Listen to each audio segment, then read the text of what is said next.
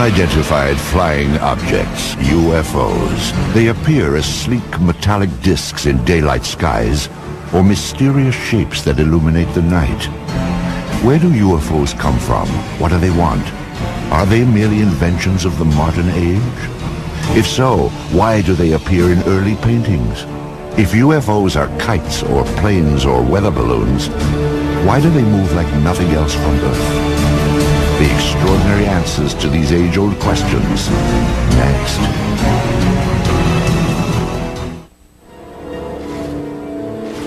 UFOs are now hauntingly familiar.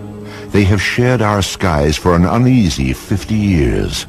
Eyewitness accounts testify to their breathtaking speed, unparalleled maneuverability, and uncanny silence. They are different than any aircraft made here on Earth. These stealthy visitors are called UFOs, unidentified flying objects. They have shown up unexpectedly in photographs taken all across the globe. Yet if we turn back the pages of history, there are intriguing hints that UFOs have been with us all along. Perhaps even as far back as 12,000 years ago, when our ancestors found shelter in the darkness of caves. The walls of these primitive dwellings were often painted with figures of hunters and the animals they hoped to snare. Recently, other images have come to light.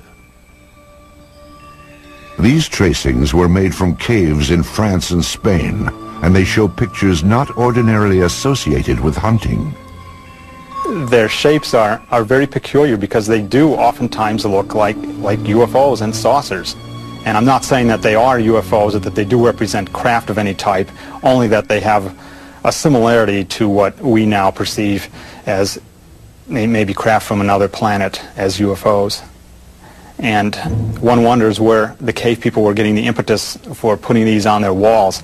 Obviously, putting paintings on cave walls was a laborious process, and you would only put down the most important things of your daily life. And here these objects appear not once, not twice, but fairly numerous times on the cave walls. The advance of civilization brought us out of caves and into cities. Some 4,000 years ago, scribes recorded what sounds like the sighting of UFOs during the reign of a pharaoh named Thutmose III. In the year 22 of the third month of the winter, a circle of fire appeared in the sky. After some days it became more numerous and shone with the brightness of the sun, extending to the very limits of the heavens. Royal Records of Thutmose III, 1480 BC. A millennium later, young Alexander the Great conquered his way across the known world. In 332 BC, he laid siege to the Phoenician city of Tyre, and accounts from both sides report that shield-shaped silver objects appeared in the sky. One supposedly sent down a beam of light that destroyed the city walls. Even the Bible itself contains passages that some say refer to alien spacecraft. I looked, and behold, a stormy wind came from the north, a great cloud with fire flashing through it, and a radiance round about it, while out of the midst of it gleamed something with a luster like that of shining metal. Ezekiel, verse 1. There are a number of reports from the past, and I believe that some of them are quite legitimate.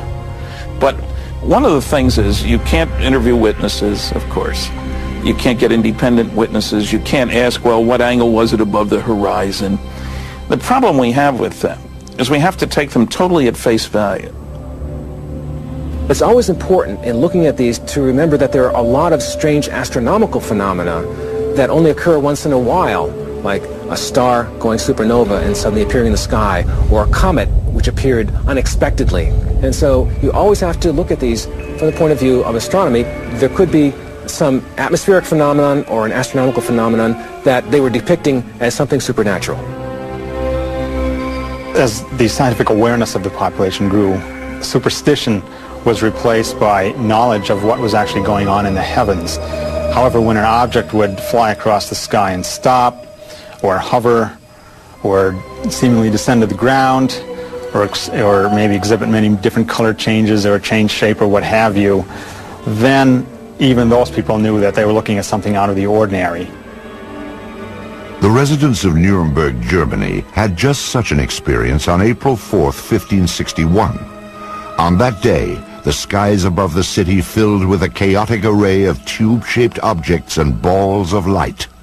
Eyewitnesses called it a frightful spectacle. Chronicles of the time also report extraordinary displays over Basel, Switzerland, during the summer of 1566. These events were depicted in primitive woodcuts made by eyewitnesses. However, it was the talented master artists that have left us the most fascinating images.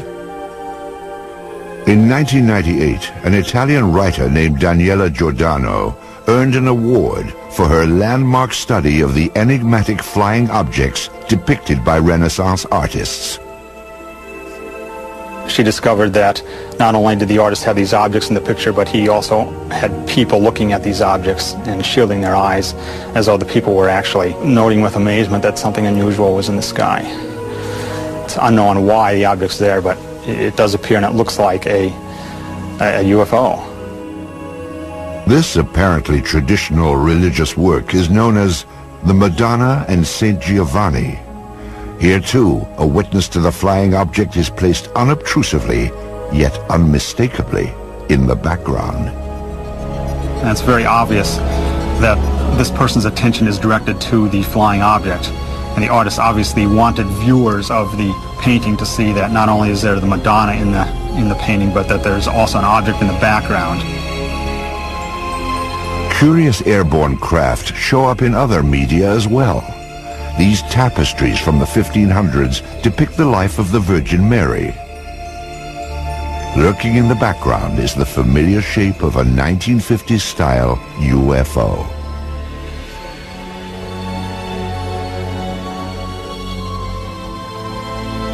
This fresco from a 14th century monastery in Kosovo prominently features what appears to be a flying vehicle.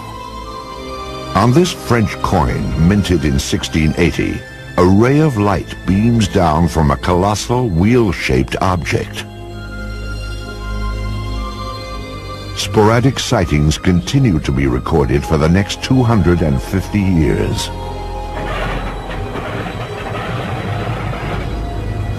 In the 1940s, World War II pilots joined the long list of UFO eyewitnesses. Some of these pilots would later come forward to tell their stories as interest in UFOs increased after the war.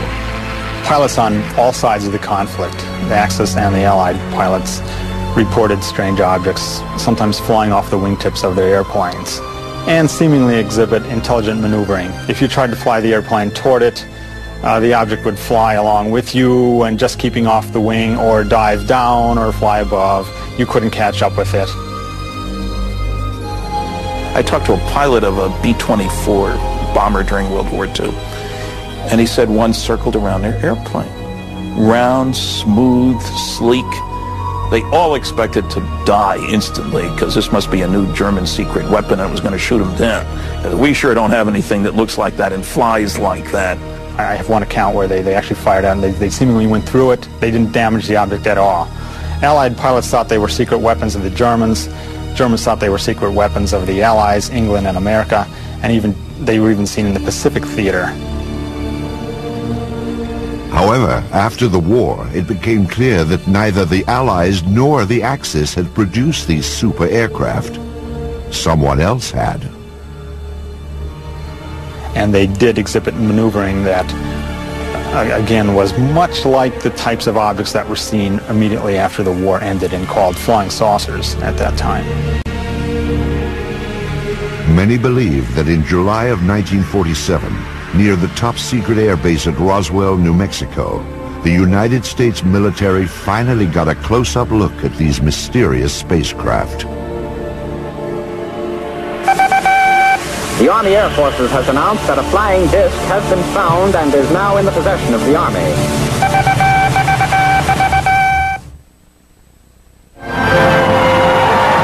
In the fall of 1945, American boys came home to a hard-earned welcome.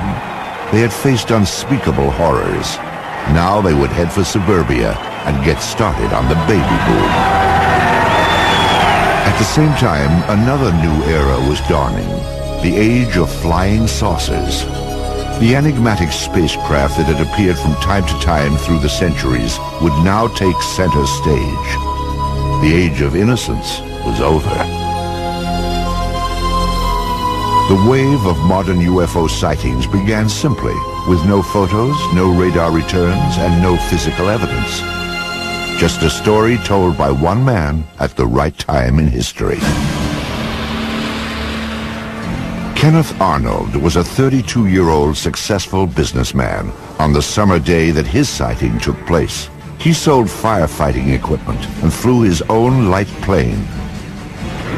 On Tuesday, June 24th, 1947, Arnold was flying toward Mount Rainier above the Cascade Mountains of Washington State. The air was smooth and clear as he reached 9,200 feet and noticed a bright flash.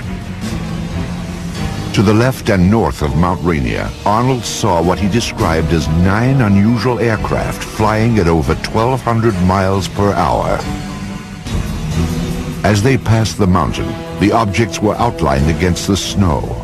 They traveled in a V formation and skittered across the sky in such a way that Arnold said they resembled a saucer skipping across water. Arnold first told his story upon landing at the Yakima, Washington airport. He sketched a series of diagrams to illustrate what he had seen.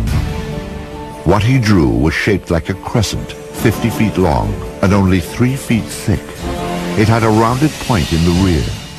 When seen edge on, he reported, it looked like a black line.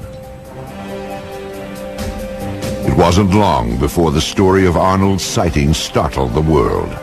The newspapers quickly coined a name for Arnold's skipping discs. The name was flying saucers. Kenneth Arnold was soon to enjoy a celebrity status. The author of a book and the subject of magazine cover stories, he was looked upon as a combination of space-age visionary and screwball eccentric. The press would anoint him the man who started it all. In the days and weeks after Arnold's landmark flight, flying saucers became big news. Sightings were reported across the country. Indeed, at that time, more people knew about flying saucers than about the Marshall Plan for the post-war reconstruction of Europe. But one incident above all established flying saucers in the public mind. Roswell, New Mexico lies deep in the empty expanse of the American Southwest.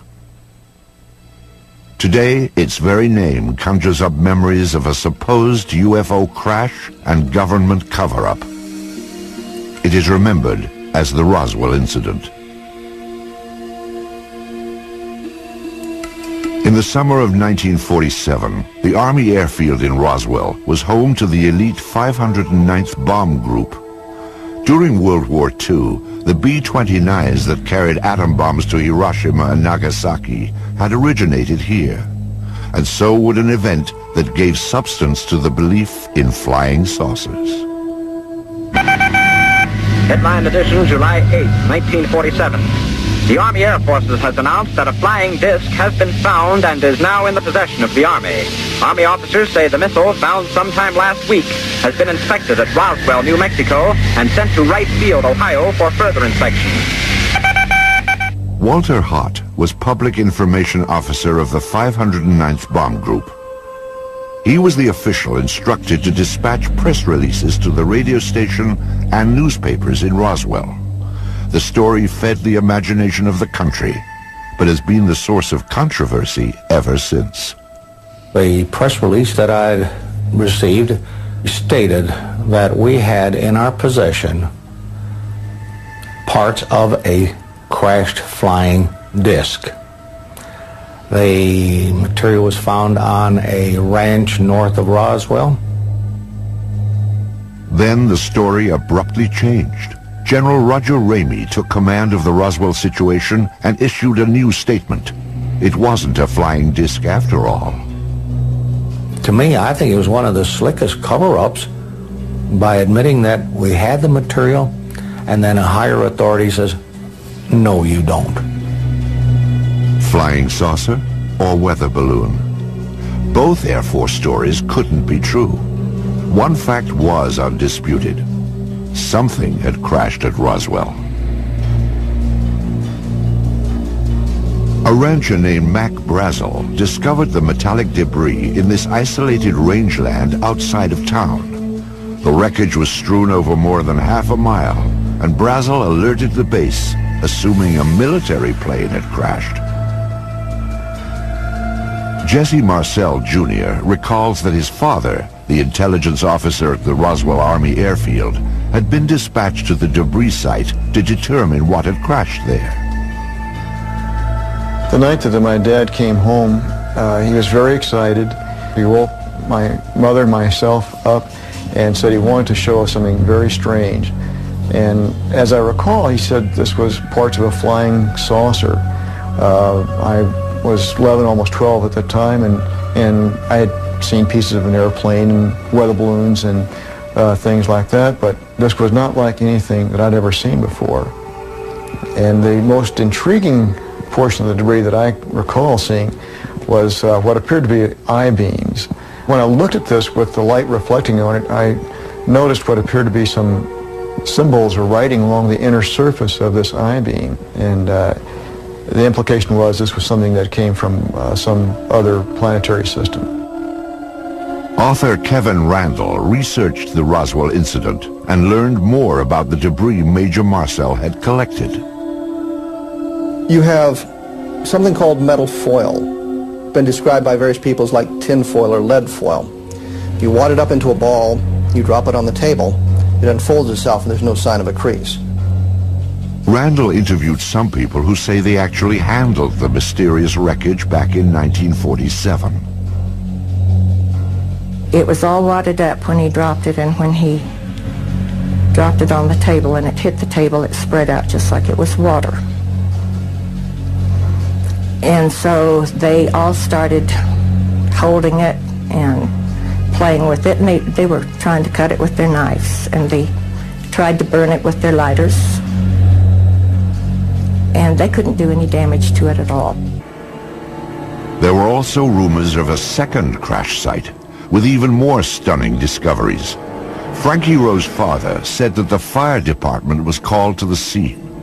There he had observed nothing less than actual extraterrestrial beings.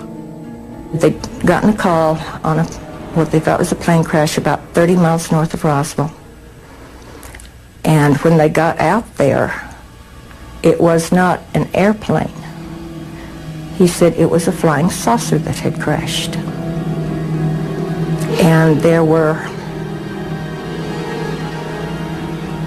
little, what he called little people. And he said one of them was still alive. That there were two that were covered up laying on the ground. And he said they had been covered up, it looked like with body bags. And the one that was walking around there didn't appear to be hurt. Through his research, Kevin Randall has established what he believes happened next. According to a number of the eyewitnesses, the craft and the bodies were taken to Hangar 84 at the Roswell Army Airfield, where they were held for a period of time before the various flights were initiated and sent out of Roswell.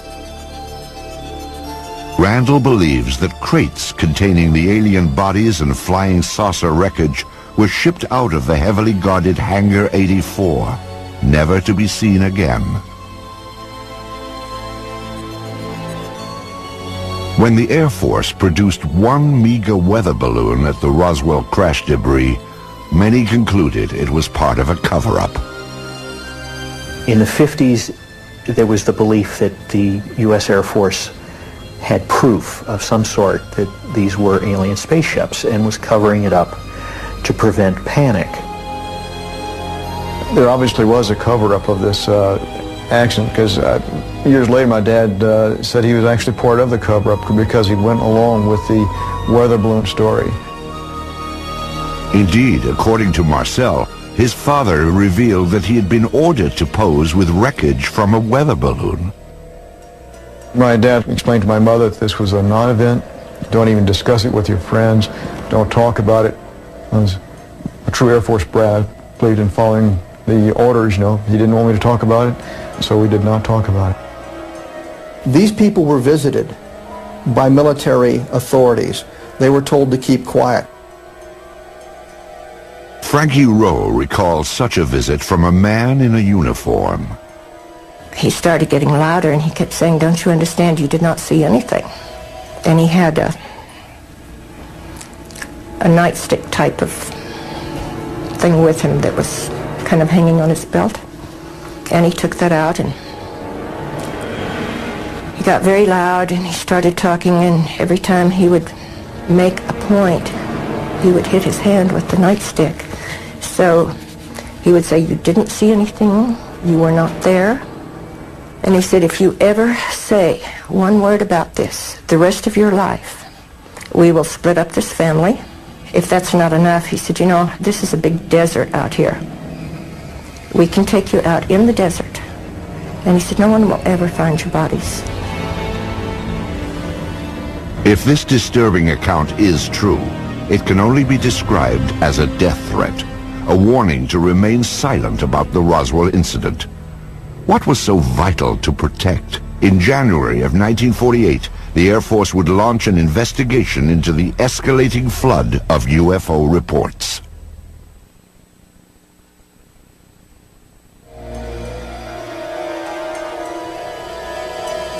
Something crashed at Roswell, New Mexico. But whether the object that fell from the sky in July of 1947 originated here on Earth or somewhere in outer space has been hotly debated for more than a half-century. Perhaps it truly was a weather balloon, as the Air Force insists. If so, that would deflate one of the seminal events in the history of UFOs. However, if the object was in fact extraterrestrial, the issue then becomes, what business did it have at Roswell? At the time of the Roswell crash, New Mexico was host to the most advanced military and scientific experiments on the face of the planet. In fact, the Roswell area was the only place in the world where testing of cutting-edge radar, rockets, and nuclear weapons could all be found. Perhaps these lurking UFOs had become a threat to national security. The Air Force quietly began investigating the rash of post-war sightings in January of 1948. This inquiry was codenamed Project Sign, and by October, it would reach a truly stunning conclusion. Project Sign wrote a final report called The Estimate of the Situation, which concluded that UFOs were interplanetary vehicles. You can imagine that this didn't go over well at the Pentagon. The government could not have the idea of UFOs as interplanetary spacecraft coming out when they've been trying to cover up the Roswell crash. It went all the way to the Chief of Staff of the Air Force, who said, "I don't find this document particularly persuasive." He batted it back down and fired practically everybody in Project Sign.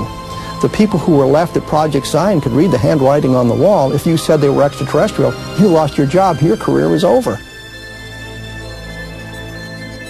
After the purge, the inquiry was revamped as Project Grudge, a name that may have suggested a certain skepticism. An Air Force insider actually characterized Project Grudge as the dark ages of UFO investigation. In August of 1951, this V-shaped pattern of objects appeared over Texas and became known as the Lubbock Lights. Grudge said it was a flock of birds reflecting the glow of the city. This film was submitted from Great Falls, Montana in 1950. It depicts bright white dots moving behind the smokestacks of a grain mill. The photographer described the objects as shiny, bright, and metallic, like polished silver. Project Grudge concluded that they were F-94 Air Force interceptors landing nearby. After 3 years of debunking UFO reports, Grudge was reorganized into the supposedly more objective Project Blue Book. Blue Book became the focus for public attention and press attention. But it was never scientific, it was never comprehensive. They didn't have radar, they didn't have computers, they didn't have people ready to go up, in aircraft with instruments to monitor UFO sightings. Typically, an officer, a sergeant, several secretaries, their job was primarily to try to tell us that there was nothing to flying saucers. Major Hector Quintanilla Jr. became Blue Book director in 1963. The objectives of the program are twofold. They're the same as they have been since 1953 when the regulation was written. First of all, to try to determine if the UFO phenomena presents a threat to the security of the United States. And second, to determine if the UFO phenomena exhibits any technological advances which could be channeled into research and development. Many of the UFO reports were easily explainable as atmospheric anomalies, like this saucer-shaped lenticular cloud formation. The man who shot this film, a Navy officer and aerial photographer, claimed he saw these objects up close before getting out his camera. He said they were disc-shaped and gunmetal colored. Blue Book determined they were high-flying birds. Astronomer J. Allen Hynek, a Blue Book consultant for its entire 16-year run, had this assessment of the project. Quote, "When Major Quintanilla came in, the flag of the utter nonsense school was flying at its highest." Blue Book's most notorious nonsense came in March of 1966, when it dismissed a wave of credible sightings, including many by policemen, as swamp gas. In December of 1969, the Air Force closed down Project Blue Book and washed its hands of UFOs. Few scientists were willing to approach the subject. However, there were some who embraced UFOs without reservation.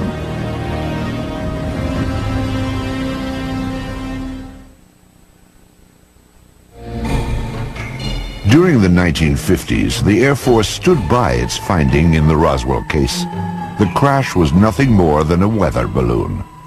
But newsreels show a public that continue to watch the skies, hoping to glimpse a spacecraft. Suddenly, people from coast to coast began seeing UFOs. What followed was a popular movement that embraced flying saucers and the spacemen who flew them. Ready or not, the flying saucers were coming. Within a matter of several days, I will myself make what might be called a flying saucer, although I don't choose to call it that because it may not respond to our controls. To the vast majority of the people in the late 40s and 1950s, flying saucers were a terrific novelty. And there was a great deal of popular fascination. There were cheesy science fiction films based on the idea that Martians were invading the Earth in flying saucers. Popular magazines printed on pulp paper would hit the newsstands in time to cash in on the trend and expand it to legendary proportions. The man behind those flying saucer legends was publisher Raymond Palmer. Palmer was a man who in his youth had been severely injured, and so he was crippled up, and he was what you would call a hunchback, I guess. He had the instincts of a carnival barker. He liked to put something over on you. And the thing about Palmer was that his fans liked having Palmer put something over on them. It was Palmer's Fate magazine, later called Flying Saucers magazine, which helped spread the idea of UFOs in the 1950s. Spacecraft from around the universe played across these colorful pages. It was here that the UFO was finally identified. Now everyone knew they were spaceships from other worlds. What followed was a craze in the 1950s known as the contactee movement. Contactees were people who said that they had made contact with space people. I was aboard a flying saucer in the Nevada desert on 11 different occasions. I was taken into this monstrous saucer by one of the men and confronted with a lady captain. Beautiful complexion, beautiful appearing woman, and they're peaceful people. They mean no harm to us. They come down here to investigate what's going on Earth, and they certainly convinced me that they're peaceful, and they come from another planet they call Clarion. They told me there was life on Mars and that there were life on other planets as well, and all planets except Earth had interplanetary means of travel. The man credited with starting the contactee movement was a Polish immigrant and self-styled philosopher named George Adamski. In his book, Flying Saucers Have Landed, Adamski claimed that in 1952 he had been aboard an alien spacecraft. I was picked up on a desert, in California desert, and I was taken to the mothership, and they were flown around, not too close to the moon, but with instruments, similar, you might say, except it wasn't a camera, it was regularly sort of a telescopic instruments that we were able to see what was on the moon on the other side of it, see? Adamski's book detailed his meeting with a man from Venus called Orthon. There were also photographs of the spaceship he supposedly flew in. Adamski's books also reflected the political climate of the 1950s, like growing concerns about the arms race between the United States and the Soviet Union. When Orthon departed, he would leave behind these enigmatic footprints. Adamski said they contained a message urging an end to nuclear testing on Earth. In a similar vein, other contactees spoke of aliens from utopian planets who wanted to prevent all-out nuclear war. Best of all, these aliens looked just like us.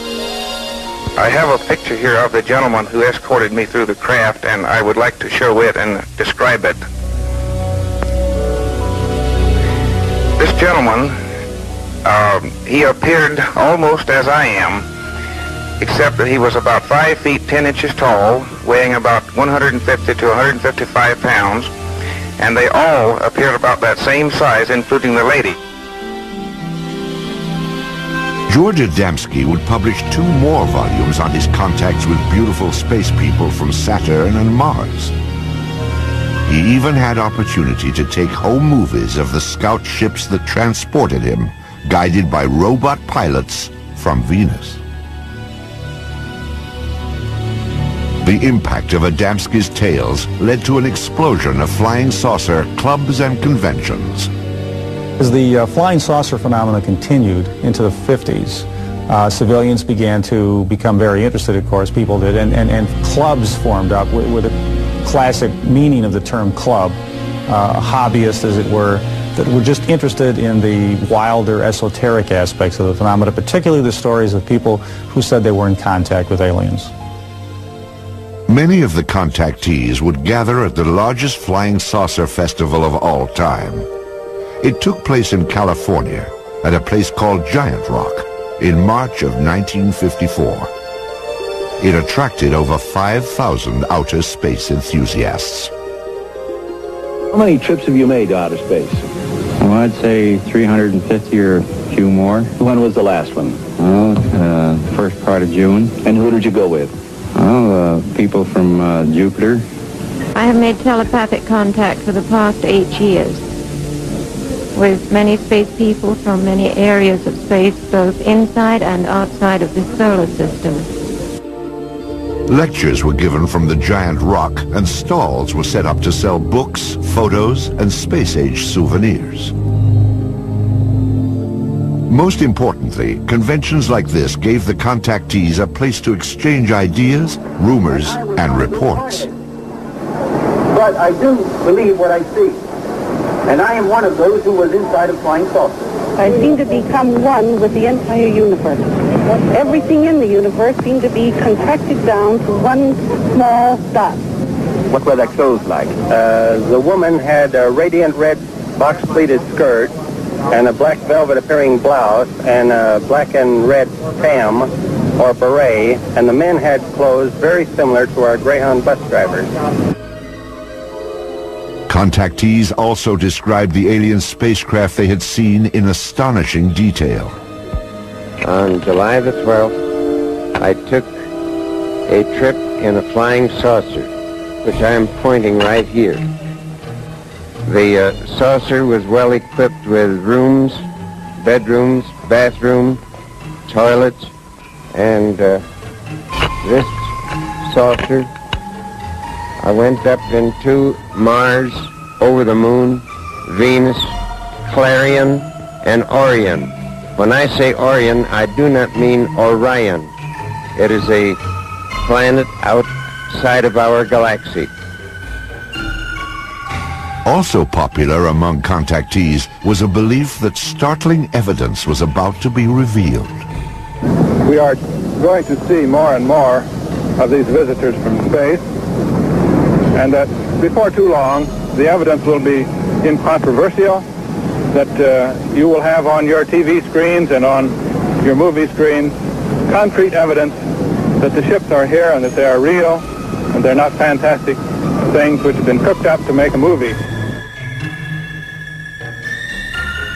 The contactee wave of the 1950s was a light-hearted sideshow to the UFO phenomenon. However, during this same period, photographs began to surface that suggested UFOs were no joke and had to be taken seriously.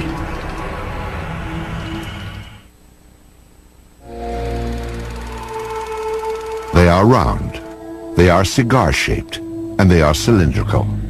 Some appear to be sleek and smooth, as if made of stainless steel, while others appear bolted together from some alien cast iron. At night, they are described as having flashing lights. They appear without warning, streak across the sky, and disappear. Many UFO films and photographs have been identified as natural phenomenon or hoaxes. But some UFOs appear in photos when we least expect them and defy explanation. UFO photo cases are tantalizing because they're some type of what you might think of as objective proof. The UFO phenomenon is ephemeral, and normally all we have are reports of witnesses on a piece of paper on a tape recorder. But with photos, you think you have something physical. Indeed, photos offer some of the most convincing evidence that extraterrestrial aircraft may be real. This series of photos remains among the most compelling examples of what ufologists call a daylight disk.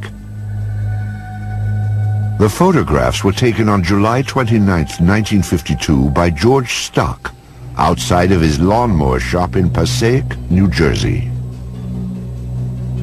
Stock reported that as he was working outside at 4:30 p.m., he looked up to see something unusual flying overhead.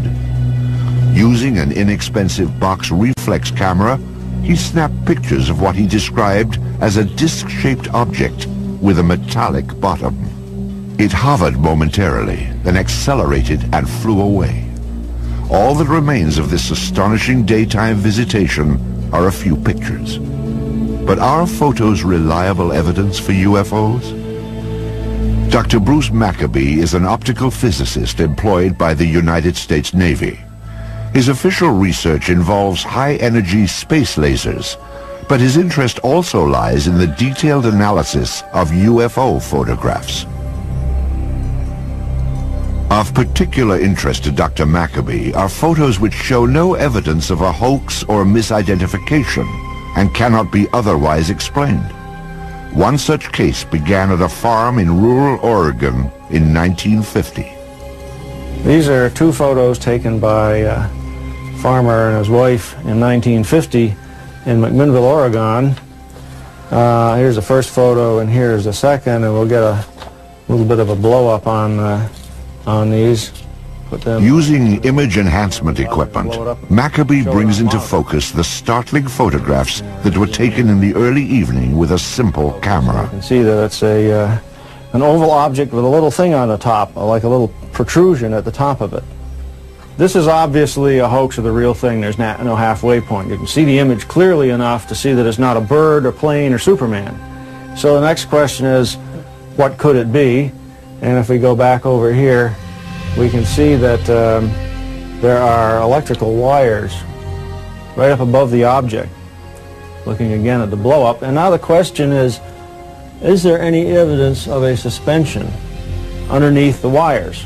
A contrast-enhanced version of the Oregon photo reveals minute scratches that Maccabee must distinguish from a string or line that might have been attached to the object to suspend it for a hoax. No one has found any evidence of a line going up above the object. There is a possibility that this thing might have been thrown and photographed, except that the image is not blurred by motion. Agents of the Air Force and FBI questioned the couple who took this picture, and authorities later confiscated a copy held by the local newspaper. No one has yet explained why. This photograph is another of the more credible UFO pictures ever taken. It was snapped in Brazil by a government survey team in 1958. A Brazilian naval photographer on a ship was there with the rest of the men when they saw an object shaped like Saturn, in other words, an object with a ring around it, flying toward an island that they were near, Trinidad Island, flying around the island and then taking off in the distance. And he snapped 4 or 5 or so or more photos of the object with literally dozens and dozens of witnesses.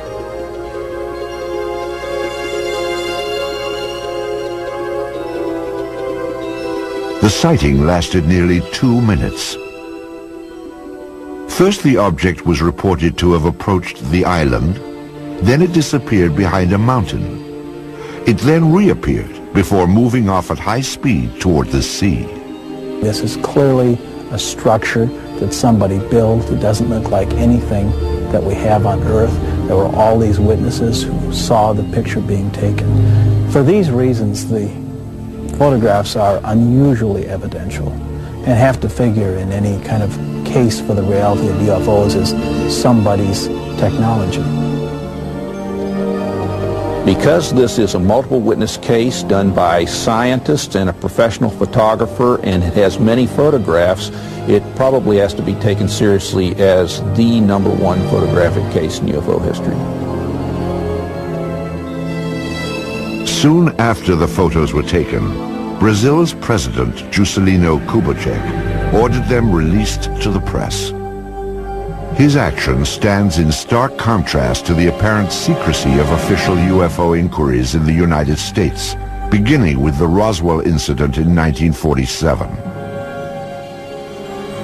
Even today, requests for government records are routinely refused. Documents that are released are often censored to the point of uselessness.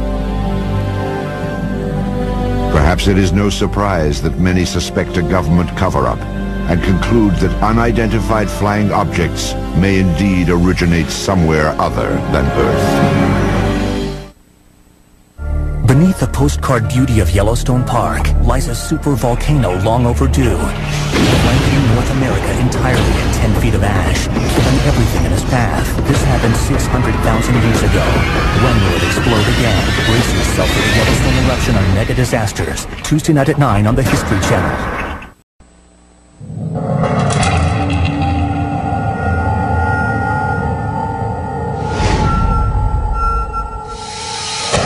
This is the largest UFO wave we've had in Pennsylvania in 35 years. What's going on in Bucks County? Total mayhem. If that was a plane, it would have fell right out of the sky.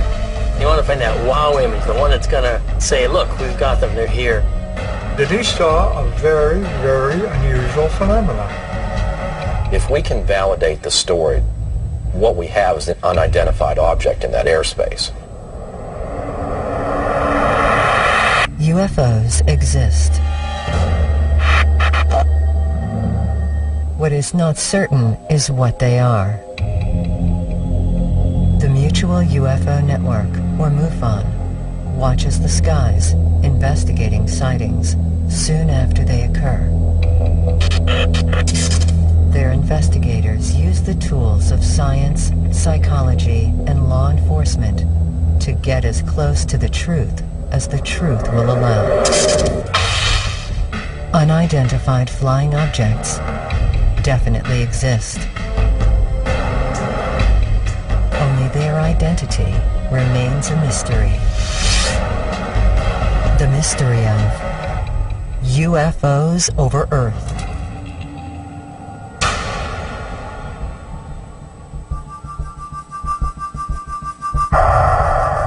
I'm excited.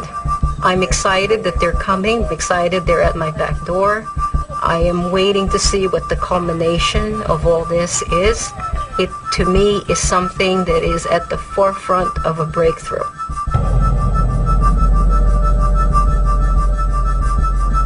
When they're talking about a flap, essentially what you have is the occurrence of a number of sightings in a fairly short period of time in a given geographic location. Most UFO sightings occur with an individual.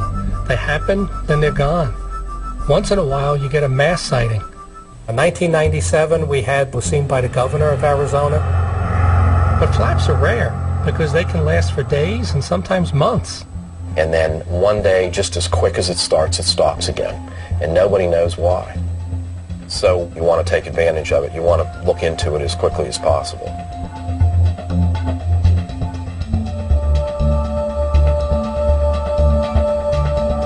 This is the largest UFO wave we've had in Pennsylvania in 35 years. We normally get 8 to 10 sightings a month. We get 63 reports in July. There were 25 more in August, 32 more in September. Why all of a sudden is Pennsylvania seeing all of this? Something's going on. Even though there are different days and different times, we're seeing a description of some very common objects.